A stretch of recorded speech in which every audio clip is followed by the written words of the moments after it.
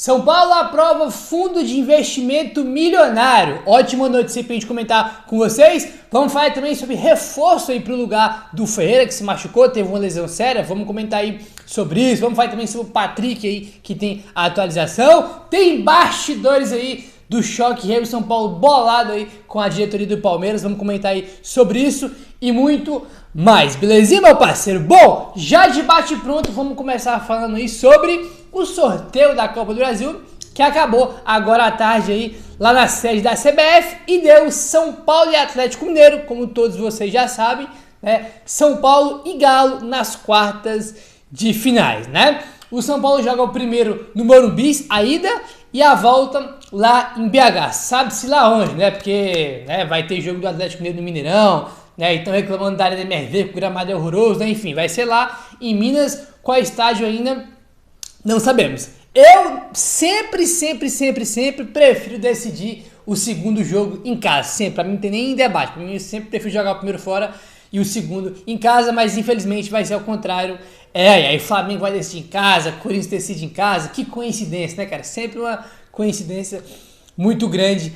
Aí, vamos lá, rapaziada. Dava pra ser melhor o sorteio de São Paulo? Dava pra pegar um time menos forte que o Galo? Dava, mas podia ser pior também, convenhamos, né? Lembrando que já temos também o chaveamento. Se o São Paulo passar do Galo, pega na semifinal Vasco ou Atlético Paranaense, né? Aí do outro lado ficou Flamengo e Bahia e Corinthians de Juventude. Então Corinthians, Flamengo, Bahia, esses times só pode pegar no eventual final, né? Não estão no nosso caminho até a adesão, né? Então se a gente passar, a gente pega Vasco ou Atlético Paranaense.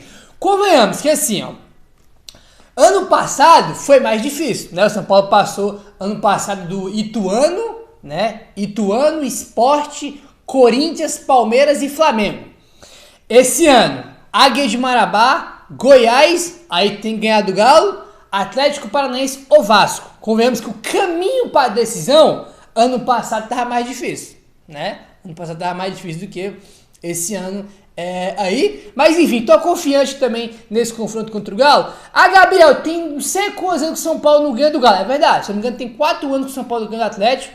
Se eu não tô ficando maluco, a última vitória do São Paulo contra o Galo foi em 2020 com o Fernando Diniz ainda. Que a gente venceu o Galo por 3-0 no Morumbi lá, né, que tava sem público por causa da pandemia.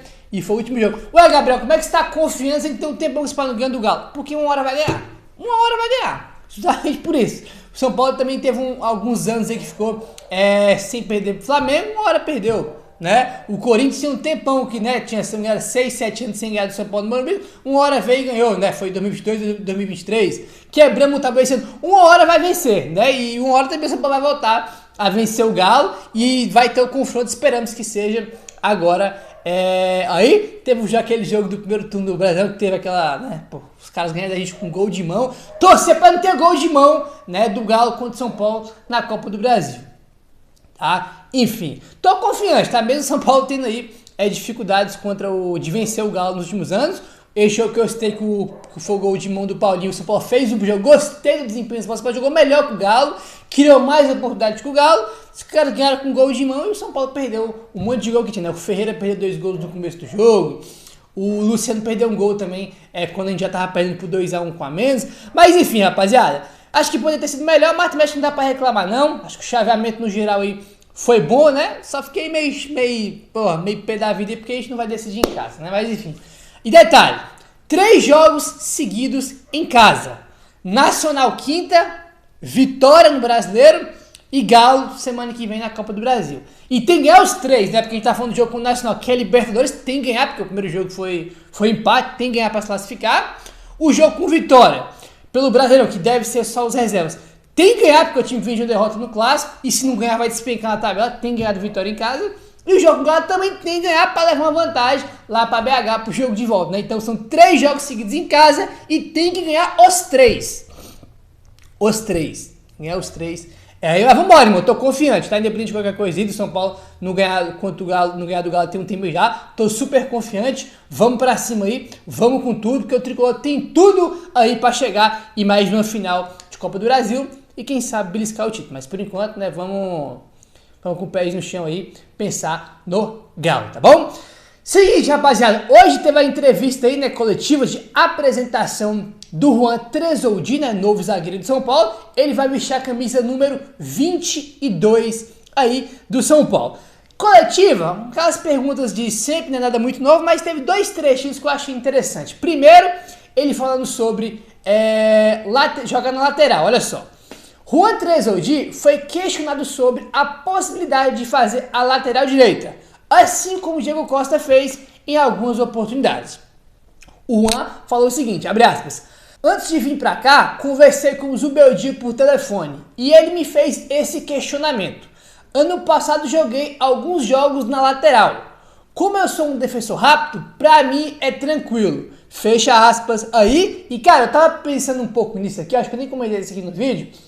O Diego Costa já jogou alguns jogos na lateral. Inclusive, acho que o último jogo dele jogou na lateral, que foi contra o Atlético Paranaense, que a gente venceu lá na Liga Arena. Ele jogou na lateral, entrando no segundo tempo. Eu acho que um dos fatores, muita gente ficou falando, pô, não precisa de mais um zagueiro, que não sei o que, que não sei o que. Acho que um dos fatores que o São Paulo trouxe o zagueiro aí, né, cara, é a questão, 2 pontos. Primeiro, para fazer a linha de 3 zagueiros, né, você precisaria de mais um, e que foi o que aconteceu contra o Palmeiras, o São Paulo jogou no linha de 3. E também, porque o Juan pode jogar na lateral direita, como ele mesmo falou que pode jogar, como já jogou na Sassuolo também no ano passado. Acho que o fato também dele jogar na lateral direita, além da linha de 3 zagueiros, né, aí precisaria de mais um, acho que isso fez o São Paulo, né, aí literalmente trazer, acho que foi algum dos critérios que o São Paulo usou para trazer mais um zagueiro aí, imagino eu, né? Não tenho informação sobre isso, mas imagino eu que o fato dele fazer lateral também pesou para o São Paulo trazer aí o Juan. Ele, para quem não sabe, foi revelado pelo Grêmio e ele é amigo do Ferreirinha. O Ferreira, eles jogaram juntos no Grêmio. E tá aí, ó.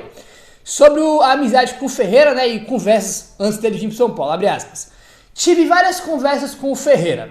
Perguntei do clima, da estrutura e ele só me falou coisas boas. Tive mais vontade de vir, mesmo com outras propostas da Europa e do Brasil. O São Paulo brilhou os meus olhos, fecha aspas aí, né? O Ferreira fazendo ali aquele, ajudando aí, né? Elogiando o São Paulo, falando como é que é aqui. Eles que jogaram juntos e são amigos aí desde a época do Grêmio. Então tá aí Juan Tresoldi apresentado, novo camisa 22 do São Paulo. Não pode jogar com o Nacional, mas já tá no bid e pode jogar contra o Vitória, né? Deve ir pro bom contra o Vitória no próximo domingo. Aí, e contra o Galo também depois, na Copa do Brasil.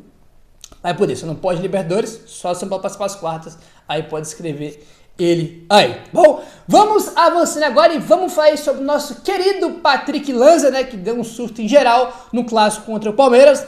O São Paulo trouxe aí mais uma atualização. Tá aí, ó. O lateral esquerdo Patrick recebeu alta hospitalar na noite de segunda-feira e permanecerá em repouso domiciliar, respeitando todos os protocolos de concussão, devendo retornar às atividades diárias no CT da Barra Funda na próxima semana. Olha só, eu pensei que ele ia ficar um tempo aí fora, né, sem sequer treinar, né, mas ele teve aí a alta na segunda-feira como era esperado, né, tá de repouso domiciliar na casa dele e na próxima semana ele já deve voltar às atividades aí no CT, né? Então, ótimas notícias aí, já tá em casa, né? O São Paulo postou uma foto dele lá sorrindo na casa dele. Graças a Deus, deu tudo certo aí com o nosso querido Patrick Lanza, né? Agora é só se recuperar, em breve tá de volta, né? O susto pior já passou aí, tá bom? Enfim, vamos avançando agora. E tem bastidores aí, rapaziada, do clássico ainda contra o Palmeiras, né? Já é semana de Libertadores, né? Hoje já começa aí, né, os jogos de volta da Copa Libertadores, né? O Palmeiras joga amanhã, São Paulo joga na quinta, mas o assunto clássico ainda não acabou. Olha só isso aqui, rapaziada, informação aí do Globoesporte.com. São Paulo mais uma vez se decepciona com o tratamento recebido no Allianz Parque. Além da confusão em campo, o clássico entre Palmeiras e São Paulo estremeceu mais uma vez a relação entre os dois clubes. Desde março, representantes dos dois clubes se reúnem dias antes do clássico para determinar protocolos para partidas. Uma medida determinada pela FPF, que é a Federação Paulista de Futebol. As definições incluem medidas de segurança para as delegações e de conforto para os dirigentes rivais. A do último final de semana não agradou os São Paulinos. Uma das reclamações foi que o Palmeiras escolheu um camarote no setor Gol Sul para a direção do São Paulo. Além de ter uma visão prejudicada, dirigentes dizem ter ficado muito expostos a provocações de torcedores rivais.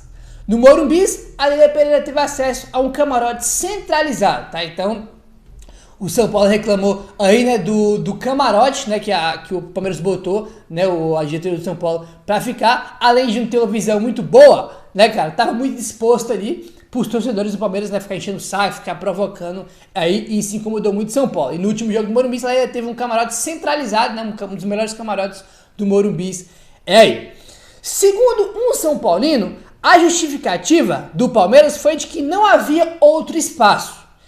E a administração do estádio era da W Torre, né? O Palmeiras falou que só tinha esse e quem administrava o estádio era a W Torre, né? Foi o que o Palmeiras alegou. É aí. Dirigentes do São Paulo, porém, acionaram a empresa e ouviram que havia outros espaços disponíveis em áreas mais centrais, reservadas ao espaço. Então tá aí, ó. São Paulo reclamou desse camarote, né, e tudo mais. A Palmeiras falou que só tinha esse, que quem administra a W Torre. O São Paulo foi falar com a W Torre, né? E a W Torre disse que tinha sim mais outros espaços centralizados ali no Allianz Parque. Outra reclamação foi que a delegação do São Paulo, na chegada do estádio, precisou descer do ônibus distante do vestiário e transitar por áreas com torcedores rivais. Então tá aí a informação do Globoesporte.com, diretoria do São Paulo bolada, pé da vida e com o Palmeiras pela má recepção, podemos dizer assim, né, do Palmeiras em relação à diretoria do São Paulo. Né, os caras reclamaram do camarote, reclamaram lá que estava longe, né, onde pararam lá o ônibus da delegação até o vestiário, né, que, né, encontraram torcedores rivais lá, né, no caso do palmeirenses, e isso incomodou muito a diretoria do São Paulo. O São Paulo ficou aí bolado, ficou pé da vida aí com essa situação. Enfim, cara, complicado. Né? Depois, cara, o choque aí virou um negocinho inacreditável, cara. Qualquer joguinho é 1 milhão de briga, de treta, é soco na cara. Já teve o clássico no Paulistão com um jogo de Paulistão com muita polêmica, né, cara? Enfim. E os dois, se passar da Libertadores, podem se enfrentar nas quartas de final. O que eu tenho a dizer sobre isso? Pra mim é simples. Reciprocidade. O Palmeiras tratou o São Paulo lá de jeito. Quando eles vierem jogar aqui, o São Paulo tem que tratar eles do mesmo jeito. Se tratar o São Paulo bem lá, a gente trata bem aqui. Se tratar mal lá, a gente trata mal aqui. Tem que ser condições iguais. Reciprocidade. Reciprocidade. Que é isso aí que é o importante, tá bom? Vamos avançando agora, rapaziada. Tá aí a informação do Alexander Vieira. O São Paulo não vai contratar um atacante para a vaga do Ferreira, que deve voltar somente no fim de outubro. O São Paulo entende que tem opções no setor como o Wellington Rato, Eric, Michel Araújo, William Gomes e Henrique Carmo, que também podem atuar ali. Rodrigo Nestor hoje é visto como jogador para jogar mais centralizado, tá? Então tá aí, o Ferreira se machucou e o São Paulo aí não pensa em ir para o mercado buscar um substituto por Ferreira, porque, segundo o São Paulo, já tem essas opções aí, né? William Gomes, Henrique Carmo, Michel Araújo, Rato e Eric. E assim, o Eric não joga, né? Jogou bem contra o Goiás, nunca mais entrou. O Rato joga, o Michel Araújo joga, e o Henrique Carmo e o William Gomes são dois dos principais jogadores da base do São Paulo, e os caras não têm oportunidade, eles não jogam, né? Eles só vão pro banco aí. Aí, pra falar sobre o William Gomes, muitas pessoas estão falando, pô, agora é hora de dar mais minutos pro William Gomes, mais oportunidade pro William Gomes. O Alexander Vieira também trouxe aqui informação sobre isso, ó. O William Gomes deve ganhar ainda mais espaço. O jogador crítico já começou a ser sempre um elemento no banco de reserva nos últimos jogos e deve ser opção para entrar em algumas partidas por ter características semelhantes à do Ferreira, tá? Então tá aí, segundo a Alexander Vieira, o William Gomes, né, que a torcida pede muito mais minutos para ele deve ganhar mais oportunidades aí no São Paulo, já que o Ferreira se machucou e que o São Paulo não vai trazer um jogador aí, né, pro lugar do Ferreira, tá bom? Enfim, tomara, porque o moleque é muito bom, a gente tem muita expectativa nele aí. Vamos avançando agora e vamos falar sobre ótima notícia no São Paulo, sobre o fundo de investimento para quitar as dívidas do São Paulo. Tá aí a informação do Globoesporte.com. O Conselho de Administração aprova e São Paulo avança para a criação de um fundo de investimento para quitar dívidas em até 5 anos. A ideia é criar um fundo com 250 milhões para quitar as dívidas bancárias que atrapalham o fluxo de caixa e tem altos juros e vencimentos próximos. O clube reduziria pela metade o que gasta por mês só com bancos. O valor passaria a ser dedicado ao fundo. O objetivo é fazer um alongamento das dívidas bancárias, Assim o São Paulo teria mais tempo, 5 anos, para chegar aos 250 milhões que seriam injetados por investidores. Por isso, o gasto mensal seria melhor. Já comentou sobre isso, né? O fundo de investimento é para quê? Para pagar as dívidas bancárias, tá? Para quem não sabe, vamos lá fazer um resumão. São Paulo paga as dívidas bancárias que tem com bancos, aí, por mês, todo mês São Paulo paga. E é muito alto essas dívidas, né, que São Paulo paga por mês, e os juros também são muito altos. O que acontece? Aí vai ter esse fundo de investimento para quitar as dívidas com o banco, nessas dívidas bancárias, e o São Paulo pagaria essa dívida para o fundo de investimento. E, por exemplo, o São Paulo paga um valor X para o banco por mês. Com o fundo de investimento, o São Paulo vai pagar metade, né, para o fundo e vai alongar, né, vai pagar metade e isso vai se alongar aí por 5 anos. Né? Você pode diminuir esse valor que paga por mês aos bancos e isso, evidentemente, que daria mais fluxo para o São Paulo contratar jogador, fazer um investimento, pagar outra dívida. Vai ter mais fluxo de caixa, mais tranquilidade aí e esse é o objetivo do São Paulo, tá? O dinheiro do fundo, que é 250 milhões, aí seria liberado periodicamente ao clube e com apresentação de garantias financeiras, como direitos de TV e premiações de campeonato. Além disso, o São Paulo teria algumas obrigações, como manter os gastos em um padrão definido e ser acompanhado por uma consultoria, que deve ser a KPMG, que é uma das maiores consultorias aí do mercado, né? Pelo que eu vi, falam que até a maior do mundo é aí, então tá aí, ótima notícia. O Conselho de Administração do São Paulo aprovou e agora falta o Conselho Deliberativo do São Paulo aprovar. E o que acontece? O Conselho Deliberativo do São Paulo, irmão, é quase todo aí, praticamente quase 100%, irmão, apoia o Casares, né? A maioria lá apoia o Casares, tá do lado do Casares. Resumindo, isso aí vai ser aprovado com o pé nas costas, isso aí não vai ser aí um problema, não, né? Então a administração do São Paulo aprovou e agora vai ser votado no Conselho Deliberativo, que vai ser aprovado aí com facilidade. Acho uma ótima notícia, porque o São Paulo vai ter mais respiro financeiro, como eu falei, para fazer um investimento, sei lá, reforçar, contratar um jogador, para melhorar a estrutura do CT, para fazer tudo, para pagar outras dívidas. O São Paulo vai ter mais fluxo de caixa aí por mês, que vai pagar menos aí, né? E vai alongar isso por mais anos aí. Acho excelente, tomara que dê tudo certo aí. Se conseguir, se confirmar isso aqui, vai ser um golaço da diretoria do São Paulo. Vamos torcer para que dê tudo certo, certo? Se inscreve no canal, ativa o sininho, valeu, tamo junto e saudações tricolores.